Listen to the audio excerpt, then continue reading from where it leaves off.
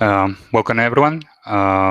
Today we're going to be talking about asset management in Unity. Now, this is a very broad topic, so that's why this presentation will be split in at least 2 parts, maybe 3. I'm not sure yet. So what we're going to talk about is basically, first, we're going to talk about how Unity handles assets itself. And then this is necessary to understand how us as developers can improve and make our memory handling more efficient, right? So this is why it's important to learn about asset management, how it works in Unity. Here in this slide, you can see a bit the objectives of this presentation. We're going to learn how to optimize the loading speed of the application, to reduce the size of the build, so it waits as little as possible. We're going to learn how to optimize the memory that you use in runtime. We're going to learn how to separate the content that goes embedded into the build that you make in Unity, how to separate the asset content so you can do stuff like DLC upgrades or having your assets actually remotely so you can download them. So you can do changes to your assets without having to do a new build from Unity. So you just don't actually have to download a new build from the either iOS store or from the Android store or whatever it is. So yeah, in this first part of the presentation, we will focus on how Unity handles assets. We're going to talk about what an asset is, what is the difference between an asset and an object from Unity. We're going to talk about how Unity serializes the assets.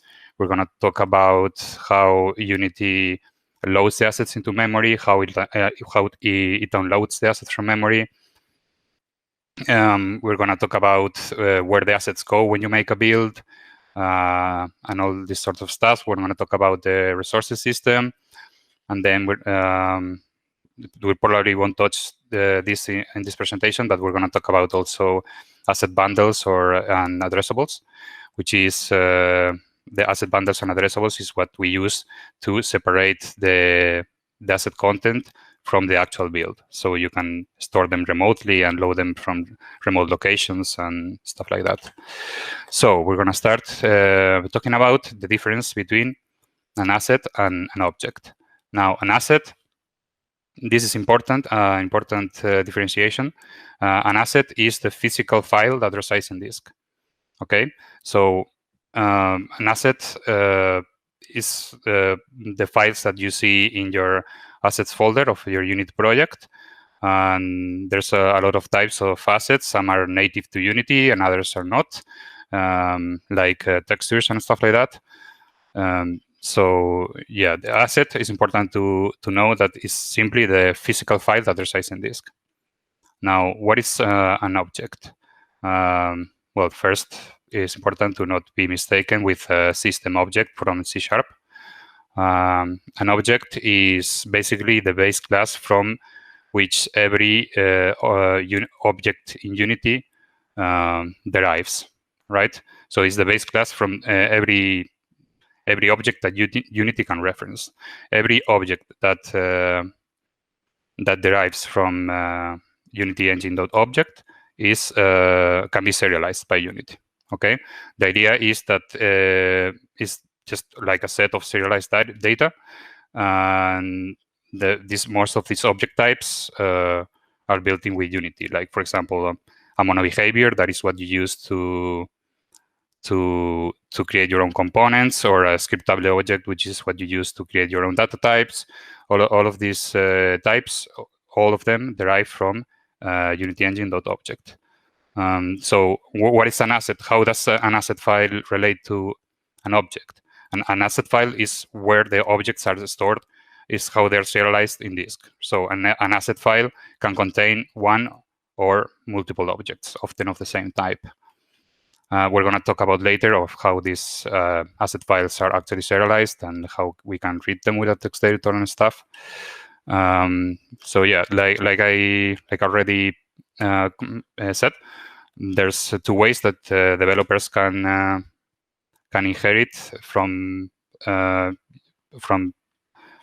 There's two ways that the developers can create their own objects, which is the mono behaviors and scriptable objects. Now, what is the main difference between them?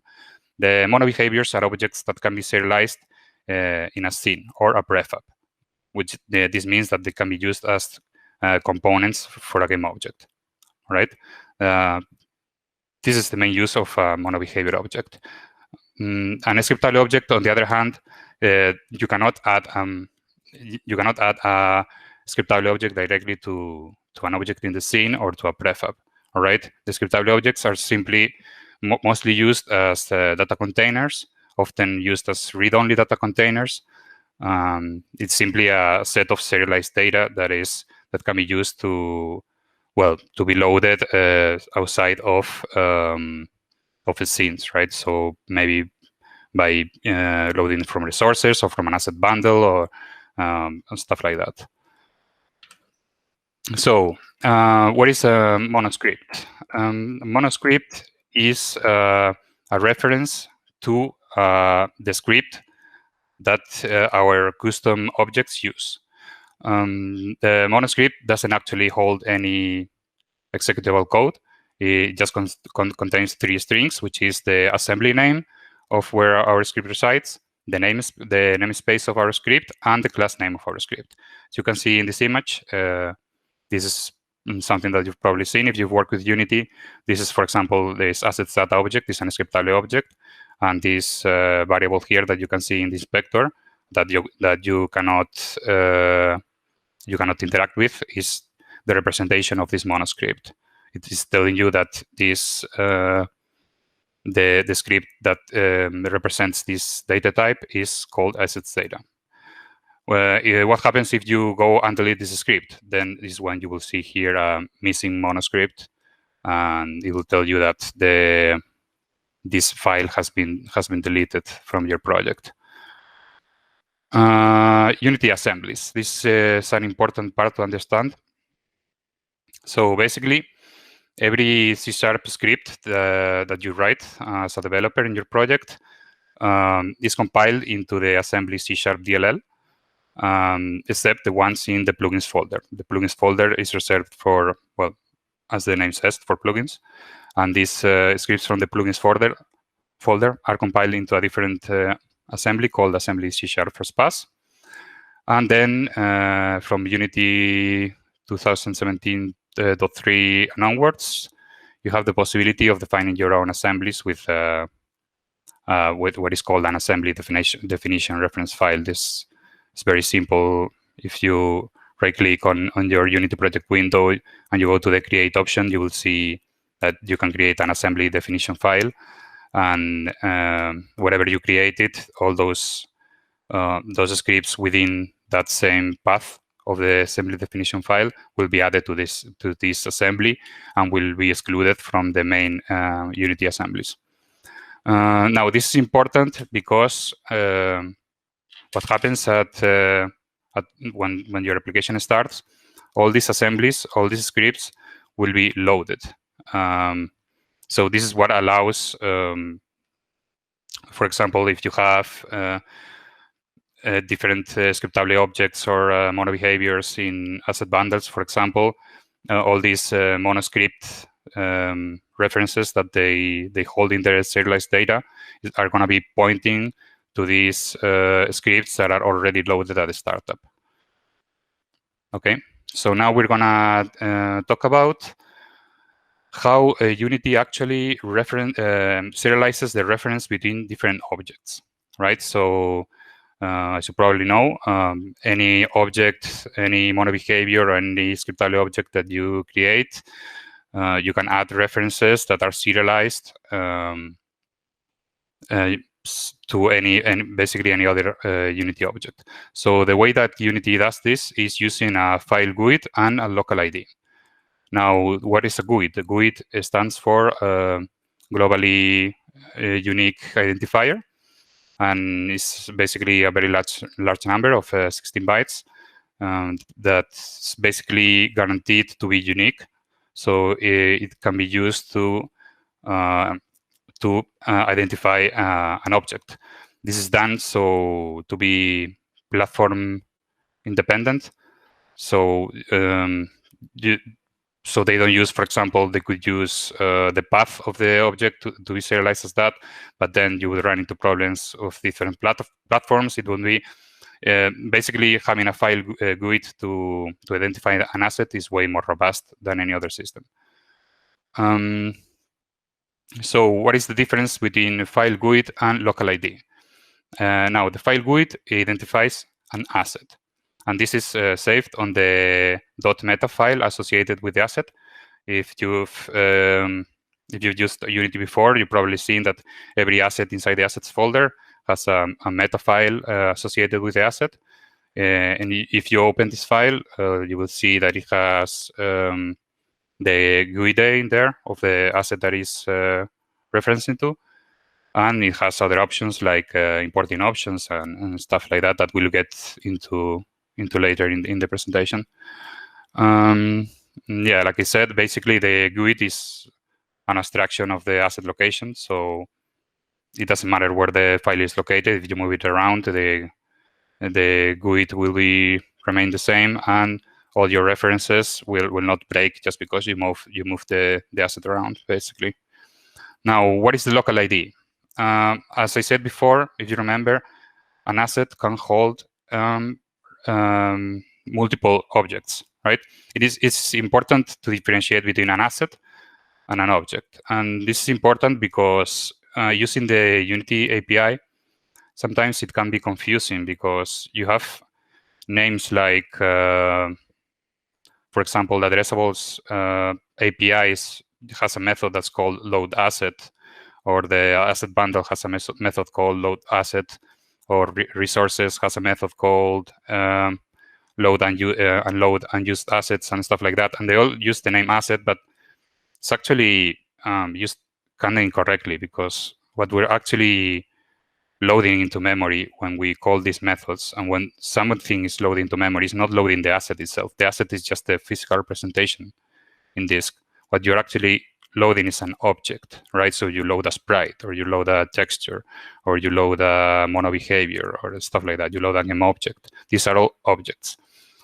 So what is the local ID used for? The local ID, the local ID identifies an object within an asset file, because, like I said, an asset can have one or more objects, right?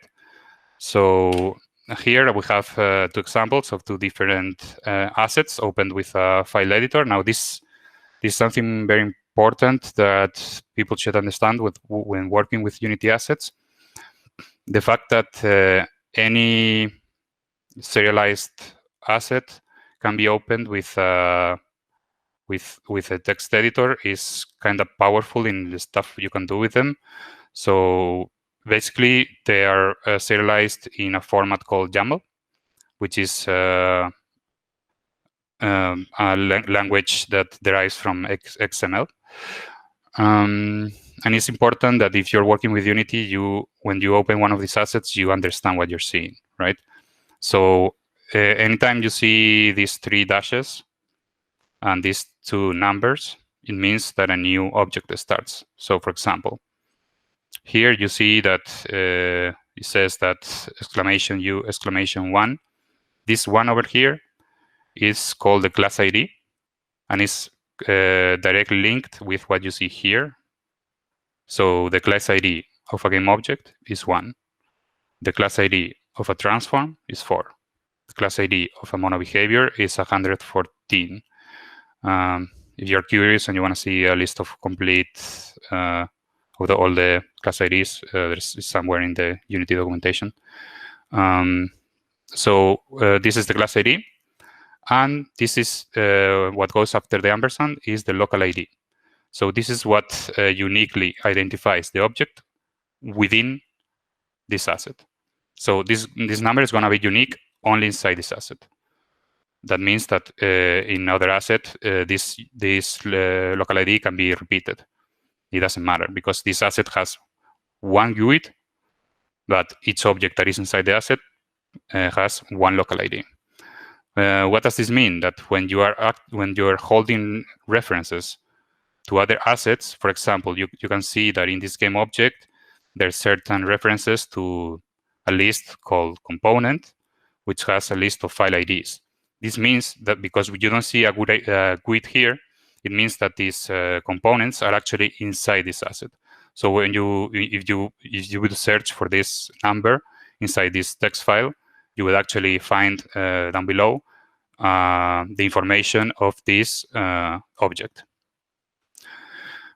So this is basically the way that Unity serializes the references between Unity objects. As you can see, for example, in this sample on the right, if you check this preview here, I think this is a sprite. You can see that it actually has a GUID. This is because this reference is not inside this asset, but is some other asset that is outside of this. So you actually need the GUID to have a reference to it. So this sprite would be inside this asset of this GUID, and it would be this object that is inside this. So this GUID can be, for example, pointing to a sprite atlas, and this can be the ID of the sprite inside the atlas, for example. Another piece of useful information here that you will see is that whenever you create your own components or your own scriptable objects, you will see that the class ID used is the 114, which is the mono behavior. Now we talked about before the distinction between a mono behavior and a scriptable object. Now it's a little bit confusing because both mono behaviors and scriptable objects both use the mono behavior class ID. I'm not sure why they do it that way, but I think it's simply because both the scriptable objects and the mono behaviors hold this reference, which is called the script. And this is what I showed you earlier. This script here is this over here. So you can see that the script of this mono behavior is the script that has this GUID and this file ID. So yeah, this is basically the way that Unity serializes object references. Now, this is a meta file that we talked about before.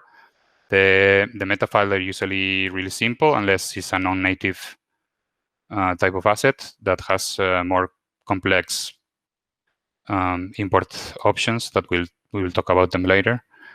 That you can see here that it has the GUID of the file that is pointing to. Right, so importing. Importing is usually a really slow operation that happens when you are opening a project for the first time. Let's say you download a large project from a repository, right? And it has a lot of assets. The first time that you open it is going to take a while to import all these assets. Now, what is actually happening? Every asset is imported, but the non-native asset types like images and stuff like that, they have some special rules about the importing. And this operation can take a while because it's creating a binary file that are stored in the library folder of your project. And there's some assets that can take quite some time to import because they're doing slow operations like texture compression or stuff like that. They're actually being converted to formats that are suitable for the target platform that you selected in Unity. That's why when you change the platform, you have to re-import everything because it's converting your assets into the new platform, right? So it needs to import them again. No, this is something that Unity does automatically. That's not something that as developers we usually have to worry about, except like non-native assets. When you import a non-native asset, what's actually happening is that Unity is creating an asset of that type, and all the all the objects that is creating are added as subassets of these parent assets. So for example, when you import an image and you click on the image in your unit project, in the inspector, you will see the name of the image, and it will say import options. And you will notice that it will have a drop down where you can actually select the texture that was imported. So in the import options, you can select if you want to import it as a sprite, if you want to import it as whatever it is, as texture or whatever. And it has other options like the compression you want to use for different platforms and stuff like that. So each type of non-native asset has its own import options, basically. Right. So we talked about GUIDs and local IDs to identify an asset. Now, there's another number in the middle called, to make it a little bit more confusing, which is the instance ID. Now, what is this used for? Why is this here? The instance ID is an ID that is unique to a session. Now, why is this here? Basically, is just to optimize performance, because Unity decided that GUID comparisons at runtime, because they do a lot of them, it's kind of slow. So they decided to create this basically identifier that is created when your application starts running, right? So when your application starts, this instance ID cache is initialized, and basically every object that is immediately needed, by immediately needed, I mean objects that are in your built-in scenes, the scenes that you add in your build options, and all the objects inside resources folders. Okay, so what's happening here? That you basically have this cache has per object has the GUID, the local ID, then this is mapped to an instance ID, and it has the location of the source data that will be used to load the object, and it has the loaded object or not. I mean, when this instance cache is initialized at the start of your application, all the instance IDs will be created, but none of the assets will actually be loaded if they're not needed. This is important. So basically, every object that is on your built-in scenes or resources will have this indexing information loaded at startup. And yeah, basically what it's used for is to do quick comparisons. Basically, when an object is dereferenced, the instance ID is compared, and and Unity goes to search on this cache, and it will check if the object is loaded, and if it's not loaded, then it will load it. This basically, yeah, summary of what's happening. So yeah, like I said, when an instance ID is mapped to an object and is dereferenced, if the object is not already in memory, it will be loaded, right? And then there's another options that you can use to load assets, like the resources API or asset bundles, addressables, etc. Now, this is important. If you're very familiar with programming in C#, you must be wondering, why do we need all this resource lifecycle in memory, right? Like C# has a garbage collector that should be handling all of this for us. This is not the case with Unity objects. They don't follow the usual garbage collection rules, so to speak, because, like I said, the actual reference of if an object is loaded or not is saved on this instance ID cache, right? So, for example, to put an example that is easily understood, if you have a sprite in resources and you load it and you assign it to a sprite renderer, then this object will be loaded in memory. Everything's fine. Now, in typical C# programming, when you lose this reference, when you actually, let's say on this sprite renderer, you change the sprites to something else and you lose the reference to the old sprite, you would think that the garbage collector is going to get rid of this instance at some point. This is not what happens with Unity objects, because the asset will still be loaded in this cache that we talked about. This is really important to understand, especially when working with asset bundles and addressables, that we're going to get more into depth of those topics in the second part of this presentation. But yeah, this is something that's really important to understand when working with Unity, because it can, if this is something that you're not familiar with, it can cause a lot of weird bugs. So we talked about how the objects are loaded, right? When are they unloaded then? If it's not the garbage collector, what's happening? When are they unloaded? So when you change the scenes in a non-additive way, this is gonna trigger the Unity asset cleaning, let's say, and this will load all of the unreferenced objects. If no mono variable holds any reference to any to an object, then this object will be unloaded from memory, right? So there's ways to unload them manually if they were loaded from resources or asset bundles. Like, for example, there's a method in the resources API called unload unused assets that will unload any object that has no references to it. So as you can see, the typical garbage collection rules do not apply here.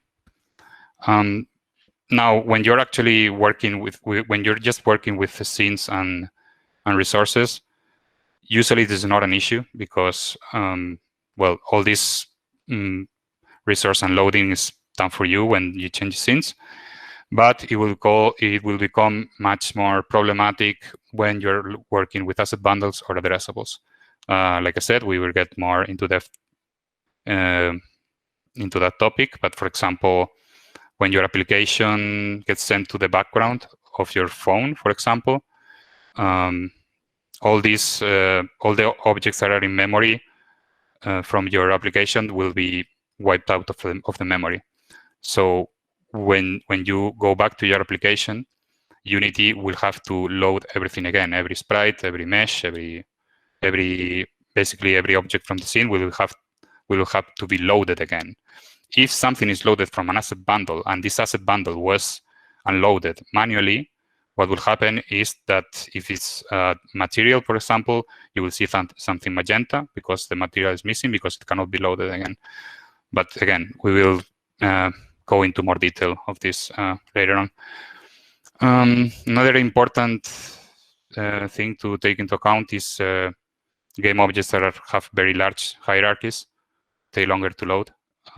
This is straightforward to understand, because, well, these very big files has more to deserialized, and it's bound basically to the speed of the storage that you're using and stuff like that. There's stuff Unity did to make this better, but, well, it's something that we cannot, I mean, it happens to every game, right?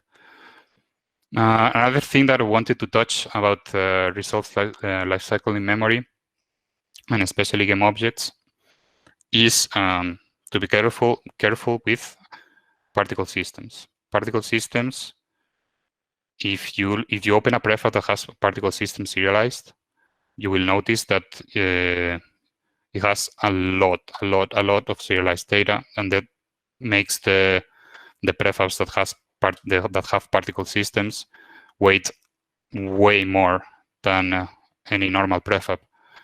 In fact, every time you tick a module, that's like 40, 30 Ks added to the weight of the prefab. It's not uncommon to see when you use the profiler on memory. It is not uncommon to see 90% plus, 95% plus of the memory is being used by particle systems. So this important thing to take into account when improving the memory usage of your application, let's say, and it's a bit of added work for the VFX artist to take into account. Okay, so resources folders. Now, what is the resources folders? They allow developers to store assets within one or more folders named resources. So when basically every asset that is inside any resources folder will be automatically added to your build. And will be this cache at the, if you remember, we said that at the startup, this instance ID cache is initialized. It's gonna load all the indexing information for all your built-in data, which includes assets that are referenced on your scenes and all the assets that are inside the resources folders. Now, this is not a good thing because there can be a lot of assets that, well, that are not used very often and will make your application wait that much more, right? So, best practices, don't use it. That is the main advice that can be given when we talk about the resources folders. It makes optimizing memory usage way more difficult. As the resources folder increases, your application startup time will be affected. We'll talk about a bit why later. And whenever if you have all your content in resources, then it is whenever something changes, it means that you have to make a new build, and all your users have to update the build and stuff. It does not allow for very good asset management, so to speak.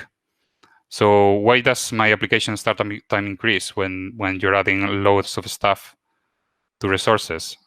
Well, that's because all the assets that are inside resource folders will be serialized by Unity into a single file called resources.asset. This file will be included in your build, which will make your build wait more. And this file contains in all the indexing information that we talked about earlier, the GUID and local ID and the instance ID and stuff like that. Now, this is indexing information. Depending on the platform, usually uses a balanced search tree, which has a construction time of n log n, which is a bit more than linear.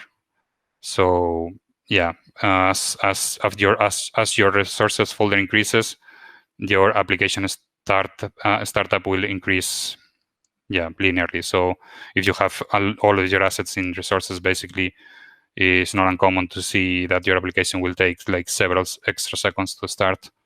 Yeah, and this is not good. So what is there for then? Well, it's easy to use, right? So if you're building fast prototypes and stuff like that, then it's no problem to use resources, because prototypes usually don't have that many assets, and well, it's way easier to build around resources that using another API like asset bundles or addressables that allows you to not have these problems that resources have. So yeah, that's basically it for this part of the presentation. On the next one, we'll talk a bit more about asset bundles and addressables. We'll get a bit more into depth with those two topics, because it's the way that developers have to separate all your assets, all your content from the build itself. So it allows the developers much more freedom on how to handle. And with this freedom, obviously, comes a bit of responsibility. You will see that there's bugs that can happen with addressables and asset bundles that cannot happen when using built-in data.